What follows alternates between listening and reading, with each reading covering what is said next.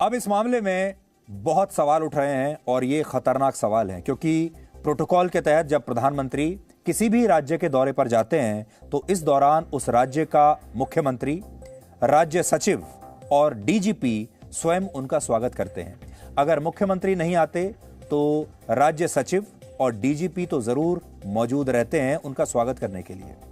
लेकिन आज बहुत सारे इत्तेफाक हैं और ये बहुत ही खतरनाक इशारा कर रहे हैं। आज इन तीनों में से कोई भी प्रधानमंत्री का स्वागत करने के लिए एयरपोर्ट पर नहीं था। और जो बात सबसे ज्यादा चौंकाने वाली है, ध्यान से सुनिएगा, वो ये कि जब प्रधानमंत्री का काफिला सड़क मार्ग से फिरोजपुर के लिए निकला, उस समय उनके काफिले में पंजाब के राज्य सचिव, डीजीपी की गाड़ी, ये दोनों की गाड़ियां मौजूद थीं, लेकिन इन गाड़ियों में वो खुद मौजूद नहीं थे। डीजीपी की गाड़ी, ये प्रोटोकॉल के तहत होता है, इसलिए उनसे अब ये सवाल उठ रहे हैं कि पंजाब के राज्य सचिव और डीजीपी ने नियमों का पालन क्यों नहीं किया और वो प्रधानमंत्री के काफिले के साथ साथ खुद क्यों नहीं चल रहे थे। तो उन्होंने अपनी गाड़ियां तो लगा दी काफिले में, लेकिन वो लोग मौजूद नहीं थे। अब ये लोग, इनकी जो अनुपस्थिति है उस पूरे काफिले से, ये बहुत बड़ा इशारा कर रही है, क्योंकि एक पंजाब पुलिस का मुखिया है और दूसरा पंजाब प्रशासन का मुखिया है, और दोनों ही मुखिया उस समय प्रधानमंत्री के साथ मौजूद नहीं है। तो फिर वो क्या कर रहे थे, क्यों नहीं आए, और उनकी गाड़ी जब साथ साथ चल रही थी तो गाड़ी खाली क्यों चल रही थी। और तीसरी बड़ी बात यह है कि खुद मुख्यमंत्री चरणजीत सिंह चन्नी, वो खुद भी प्रधानमंत्री से मिलने के लिए नहीं आए। उन्होंने ये कह दिया कि उनके स्टाफ में कोई कोविड पॉजिटिव हुआ है, इसलिए वो भी नहीं आ सकते।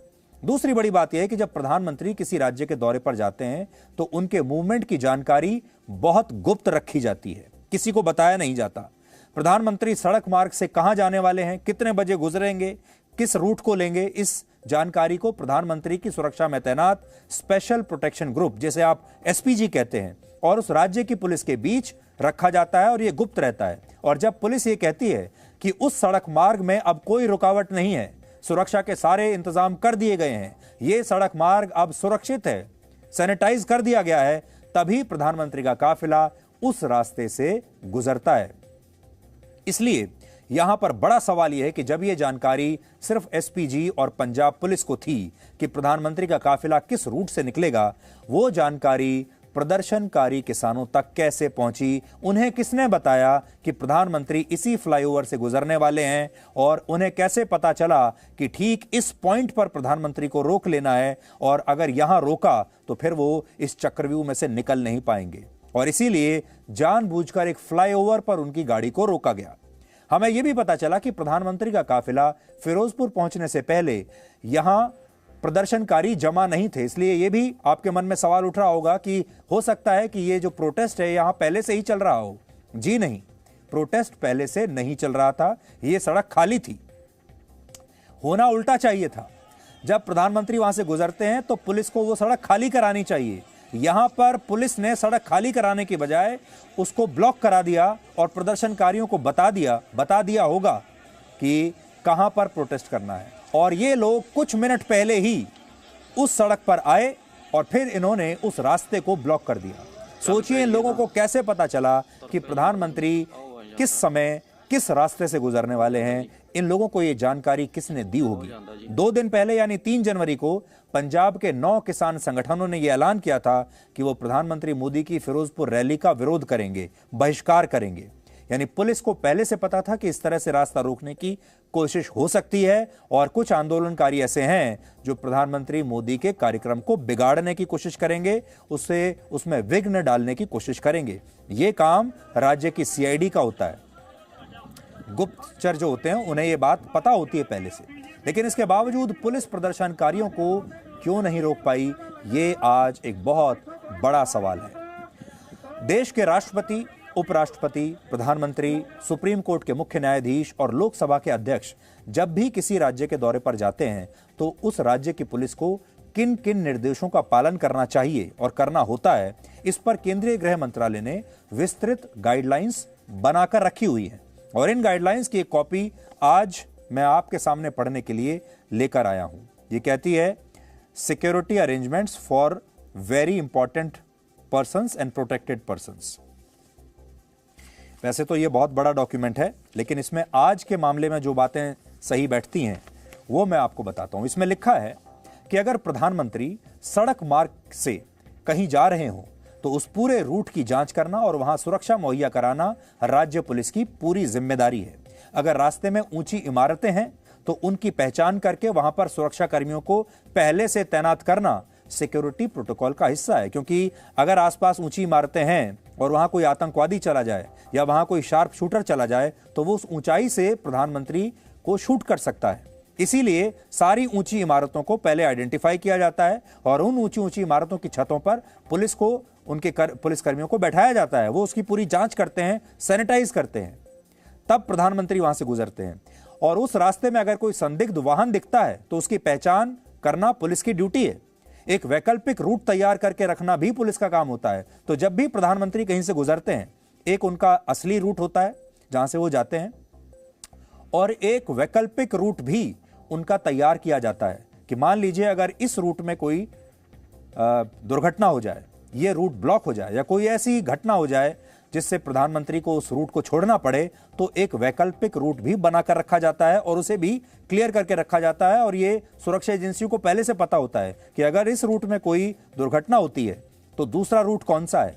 तो ये सारा होमवर्क हमेशा किया जाता है और हर राज्य का डीजीपी, हर बड़ा पुलिस अधिकारी ये जानता है कि प्राइम मिनिस्टर का सिक्योरिटी प्रोटोकॉल क्या होता है।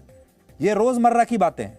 इसके अलावा मुश्किल परिस्थितियों से निपटने के लिए सड़क मार्ग के दौरान अस्पताल और सेफ हाउस का इंतजाम करना भी पुलिस का ही काम होता है। इसके पीछे मंशा यह होती है कि मान लीजिए अगर प्रधानमंत्री को कोई चोट लग जाए, उनकी दुर्घटना हो जाए, उनके ऊपर हमला हो जाए, तो सबसे पहले किस आसपास के अस्पताल में उन्हें ले जाया जाएगा, उस अस्पताल को पहले से आइडेंटिफाई करके रखा जाता है। इसीलिए उनके पीछे पीछे आपने देखा होगा एक एम्बुलेंस भी चलती है।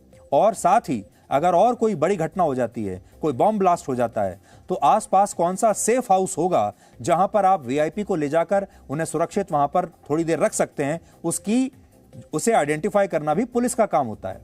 आपको हमेशा ऐसा लगता होगा कि प्रधानमंत्री या राष्ट्रपति किसी भी सड़क से गुजर गए और आपने देखा और आपको बड़ा आसान लगता होगा, लेकिन उसके पीछे सुरक्षाकर्मी और जो सुरक्षा एजेंसी होती हैं वो बहुत मेहनत करते हैं और ये मेहनत में कई कई दिन और कई हफ्ते लगते हैं।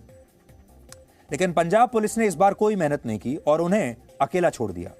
प्रधानमंत्री मोदी की सुरक्षा में यह चूक एक ऐसे राज्य में हुई है जिसकी सीमा पाकिस्तान से लगती है, जहां पर आतंकवाद का जोर रहा है, जहां पर खालिस्तानियों का जोर रहा है, जहां पर ड्रग्स की समस्या है और जहां पाकिस्तान बिल्कुल सटा हुआ है। यही नहीं, पंजाब के जिस फिरोजपुर में प्रधानमंत्री की रैली थी, वो जिला पाकिस्तान की सीमा से बिल्कुल लगा हुआ है। यानी आज जब प्रधानमंत्री की सुरक्षा में ये चूक हुई, उस समय वो पाकिस्तान की सीमा से लगभग 10 किलोमीटर की दूरी पर थे और इस फ्लाईओवर पर कुछ भी हो सकता था। एक और बात, प्रधानमंत्री आज फिरोजपुर के जिस हुसैनी वाला गांव में जाने वाले थे, ये गांव 1947 के बंटवारे के दौरान पाकिस्तान के हिस्से में चला गया था।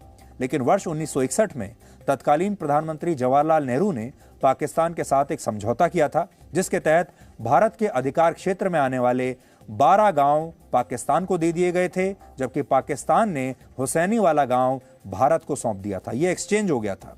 इससे पहले आप इस इलाके के महत्व को भी समझ सकते हैं और यह समझ सकते हैं कि प्रधानमंत्री किन खतरों के बीच आज रहे होंगे। तो आज जो कुछ हुआ है यह अभूतपूर्व है और ऐसा शायद भारत के इतिहास में कभी नहीं हुआ और हम ये चाहेंगे कि दोबारा कभी ना हो। आज हमारी टीम फिरोजपुर के इसी फ्लाईओवर पर पहुंची। जब प्रधानमंत्री यहां से जा चुके थे तब हमारी टीम वहां गई, जहां प्रधानमंत्री मोदी को एक चक्रव्यूह में फंसा दिया गया था। हमने इस दौरान वहां पर मौजूद कई लोगों से आज बात की है, जिनका यह कहना है कि प्रदर्शनकारी किसी भी तरह प्रधानमंत्री की गाड़ी तक पहुंचना चाहते थे। आपको फिरोजपुर के इस फ्लाईओवर से आज हमारी ये विशेष ग्राउंड रिपोर्ट जरूर देखनी चाहिए, क्योंकि हम वहां पर गए। आज आपको वो पूरा फ्लाईओवर दिखाते हैं, आसपास क्या हो रहा था, सब कुछ आप जान पाएंगे। सड़क को ब्लॉक करने के लिए 2 बसों का और साथ ही साथ कुछ लोगों का इस्तेमाल किया गया, जिनको कहा जा रहा है कि किसान है। एक बार आपको स्पॉट दिखा दे कि ये वही स्पॉट है, उसी जगह पर हम मौजूद हैं जहां पर जो किसानों द्वारा जो कि है देश के प्रधानमंत्री नरेंद्र मोदी के कॉन्वॉय को जो कि रोका गया। 15 से 20 मिनट तक ये कॉन्वॉय यहाँ पर रुका रहा और 15 से 20 मिनट के बाद ये कॉन्वॉय वापस गया, जिसको लेकर देश के प्रधानमंत्री द्वारा पंजाब के सीएम को एक मैसेज भी दिया गया कि धन्यवाद आपका, आपने हमें जो कि है सेफ वापस एयरपोर्ट तक पहुँचाया। और कहीं ना कहीं एक गुस्से में मैसेज था, क्योंकि जबकि पता था कि देश के प्रधानमंत्री नरेंद्र मोदी यहाँ पहुँच रहे हैं, उसके बावजूद जो कि है सड़क में रुकावट थी। काफ़ी देर तक कोशिश की गई, जद्दोजहद की गई। और ये आप जो स्पॉट इस वक्त देख रहे हैं, ये जो घर देख रहे हैं, ये वही घर हैं जहाँ से फ्लाईओवर के बिल्कुल साथ, जो कि तस्वीरों में नज़र आ रही हैं, बिल्कुल उसी स्पॉट पर हम मौजूद हैं जिस स्पॉट पर ये काफिला जो किया वो रोक दिया गया था और इस काफिले को जाने नहीं दिया गया। हालांकि बात की जाए अगर राज्य सरकार की, तो उनके द्वारा कहा जा रहा है कि जो बीजेपी द्वारा एलिगेशंस लगाए जा रहे हैं वो बिल्कुल बेबुनियाद है। यहाँ पर कुछ लोग भी मौजूद थे, उनसे बात करते हैं। सर, ये कहा जा रहा है कि कुछ किसानों ने जो कि है पीएम को रोका, क्या लगता है वो किसान ही थे? और आपने तो अपनी आंखों से देखा, किस तरह से पूरा वाकया आपको समझ में आया? नहीं जी, किसान नहीं थे। मुझे तो ये पूरा यकीन है कि ये किसानों के नाम पे राजनीति की जा रही है। वो किसान नहीं हो सकते, प्रधानमंत्री पूरे देश के प्रधानमंत्री हैं। आपने पूरा वाकया देखा, किस तरह से गाड़ियां आई और क्या कुछ हुआ आपके आगे? देखिए, हम जब पीछे ट्रैफिक में फंस गए तो हम अपनी गाड़ियों से निकलकर आगे पहुंचे कि हम देखें कि क्या हो रहा है। तब तक यहाँ शायद पुलिस थोड़ा बल प्रयोग कर रही थी, गाड़ियों को खदेड़ रही थी। कुछ बंदे थे, वो काली झंडियाँ भी थी उनके पास, काफिला रोकने की जरूरत और उन्होंने कोशिश की थी। और मुझे लग रहा है कि शायद एक दो शायद किसी को चोट भी जरूर आई होगी, क्योंकि पुलिस ने थोड़ा बहुत बल प्रयोग तो जरूर किया हुआ उन पे। क्या लगता है सिर्फ सियासत की गई देश के पीएम तक ही ना पहुंच पाए अपने रैली स्थल तक? बिल्कुल सर, बिल्कुल। ये तो किसानों के नाम पे सियासत है।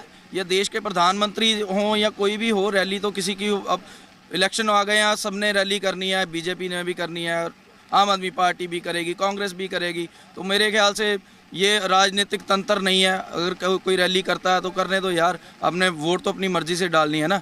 तो किसानों के नाम पे राजनीति कम से कम मत कीजिए। स्थानीय लोगों का अभी भी यही कहना है कि जो लोग वहां पर मौजूद थे वो किसी भी तरह से किसान नजर नहीं आ रहे थे। देश के प्रधानमंत्री नरेंद्र मोदी बठिंडा लैंड करने के बाद बाय रोड आने का उन्होंने डिसीजन लिया। हालांकि जो कि है कुछ हेलीपैड्स भी यहाँ पर टेम्परेरी बेस पर बनाए गए थे, लेकिन उन हेलीपैड्स के जरिए देश के प्रधानमंत्री नहीं आए, क्योंकि मौसम जो किया वो नासाज था, जिसके चलते सड़क के रास्ते से जो कि है देश के प्रधानमंत्री पहुंचे। इस जगह पर बाकायदा स्पॉट पर जो किया पीएम का कॉन्वॉय को रोका गया। इस जगह पर आगे जो की जगह है वहां पर कहीं ना कहीं ये कहा जा रहा है कि कुछ किसान मौजूद थे, कुछ प्रदर्शनकारी मौजूद थे। बहुत ही शर्मनाक है। उसके साथ साथ ये जो आज हुआ है बहुत दर्दनाक भी है।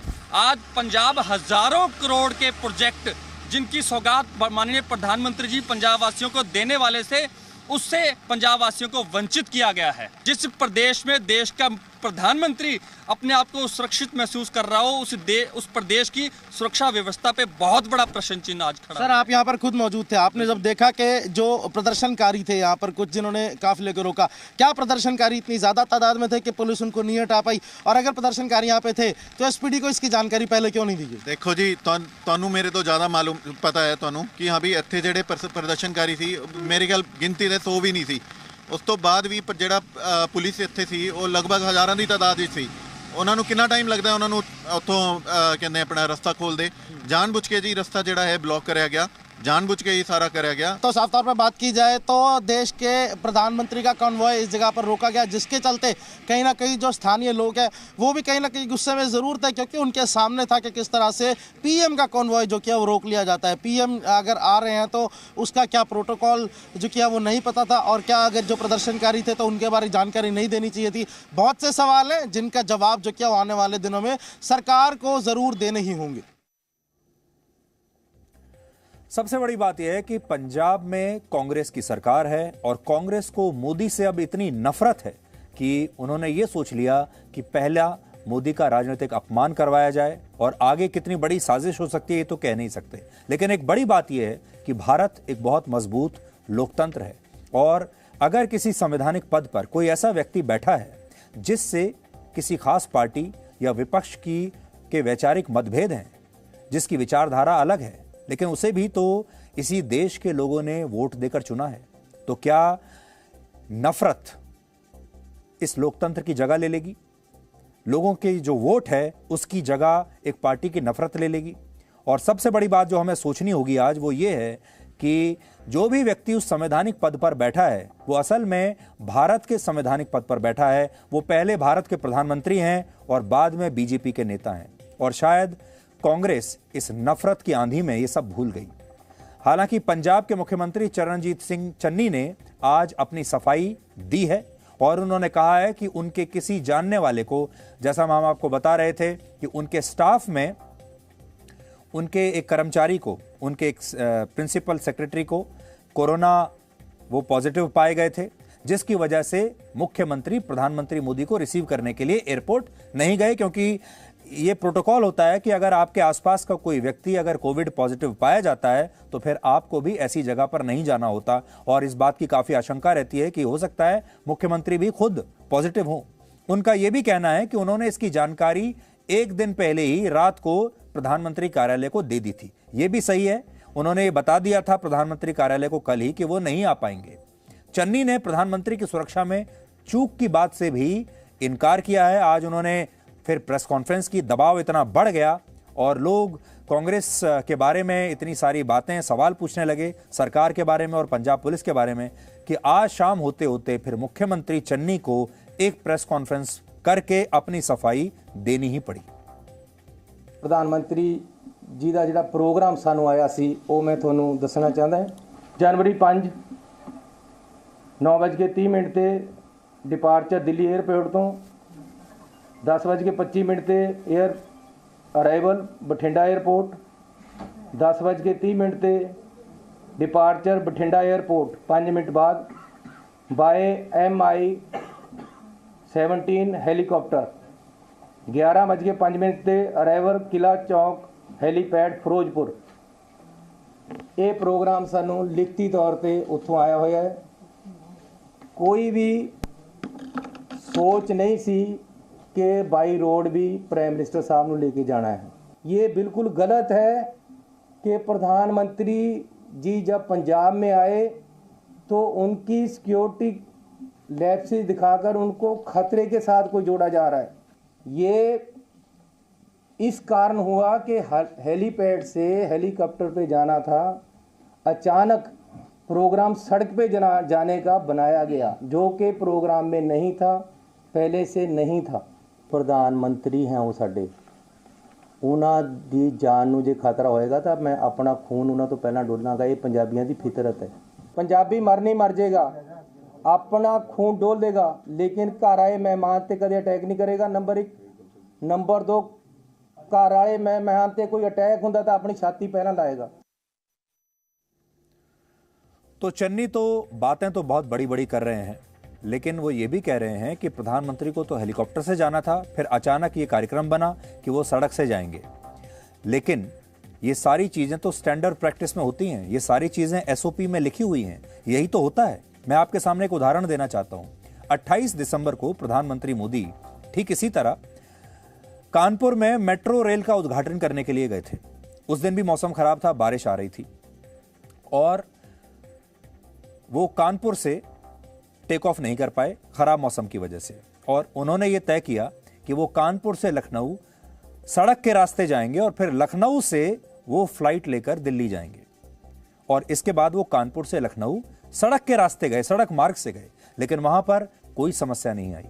रास्ते में किसी ने नहीं रोका क्योंकि पूरे सुरक्षा के इंतजाम किए गए थे। और पुलिस को यह बात पता होती है कि इस तरह के जो कार्यक्रम बदले जाते हैं, खराब मौसम की वजह से प्रधानमंत्री का जो कार्यक्रम बदला जाता है वो तो जाहिर है अचानक ही बदला जाएगा। इसलिए ये स्टैंडर्ड प्रैक्टिस है कि अगर प्रधानमंत्री आज भटिंडा जा रहे हैं और भटिंडा से फिरोजपुर जाएंगे तो भटिंडा से फिरोजपुर के रास्ते पर एक वैकल्पिक सड़क मार्ग वैसे भी तैयार किया गया होगा और वहां पर पूरी अरेंजमेंट पुलिस की जिम्मेदारी है करने की।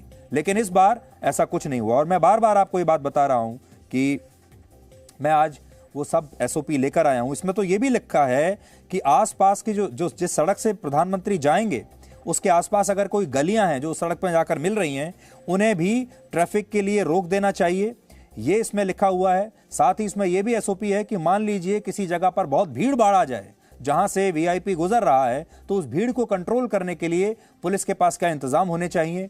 यह भी लिखा है कि बहुत सारी जगहों पर पुलिस के जो पुलिसकर्मी हैं उन्हें सादा कपड़ों में भी तैनात किया जाना चाहिए। तो बहुत सारी, ये तो बहुत लंबा प्रोटोकॉल है, लेकिन दुर्भाग्य इस बात का है कि पंजाब पुलिस ने इसमें से एक भी काम नहीं किया। हालांकि बीजेपी के अध्यक्ष जेपी नड्डा ने एक ट्वीट किया और उसमें आरोप लगाया कि जिस समय प्रधानमंत्री का काफिला फिरोजपुर में फंसा हुआ था, उस समय भी एसपीजी ने मुख्यमंत्री चन्नी से संपर्क करने की कोशिश की। इसके अलावा मुख्यमंत्री कार्यालय में भी चरणजीत सिंह चन्नी से बात करने के लिए फोन किया गया, लेकिन मुख्यमंत्री से बात हो ही नहीं पाई। यह भी आरोप है कि चरणजीत सिंह चन्नी ने प्रदर्शनकारियों को हटाने के लिए तत्काल कोई कदम नहीं उठाया, जिससे पंजाब सरकार और उनकी मंशा पर खतरनाक सवाल खड़े होते हैं। और आज इसी विषय पर केंद्रीय मंत्री स्मृति ईरानी ने भी एक प्रेस कॉन्फ्रेंस की शाम को दिल्ली में, और इस घटना के पीछे एक बड़ी साजिश होने का शक उन्होंने जताया है। प्रधानमंत्री किस रूट से एक स्थल पर पहुंचते हैं, उस पूरे रूट की सुरक्षा का प्रबंध और कोई भी गतिरोध नहीं है, ऐसा आश्वासन पंजाब पुलिस ने प्रधानमंत्री जी के सुरक्षा दस्ते को दिया। क्या जानबूझकर प्रधानमंत्री जी के सुरक्षा दस्ते को झूठ बोला गया? नरेंद्र मोदी देश के प्रधानमंत्री बने देश के नागरिकों के वोट और आशीर्वाद से। उन्हें ध्वस्त करना है तो इलेक्शन में करते हैं। ये साजिश रचने की क्या जरूरत थी?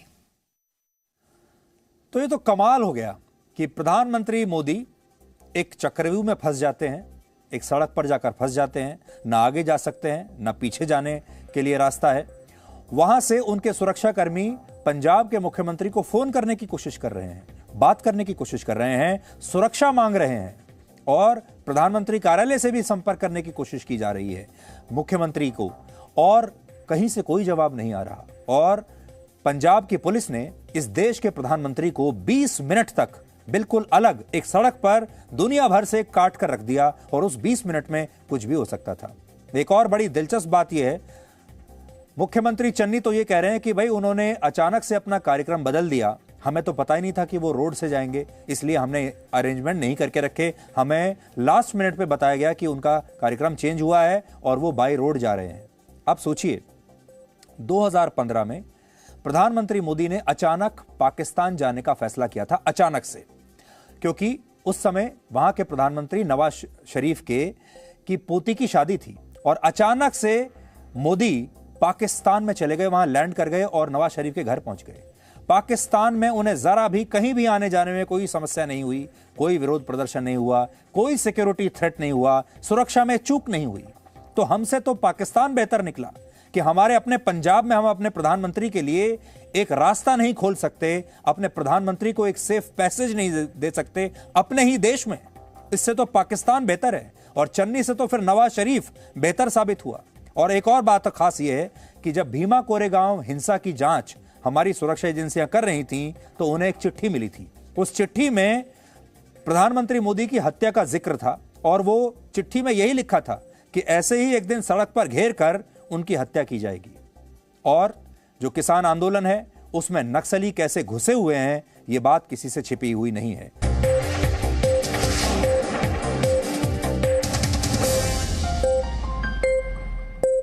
Presenting B News app, available on Google Play and App Store. Download it now.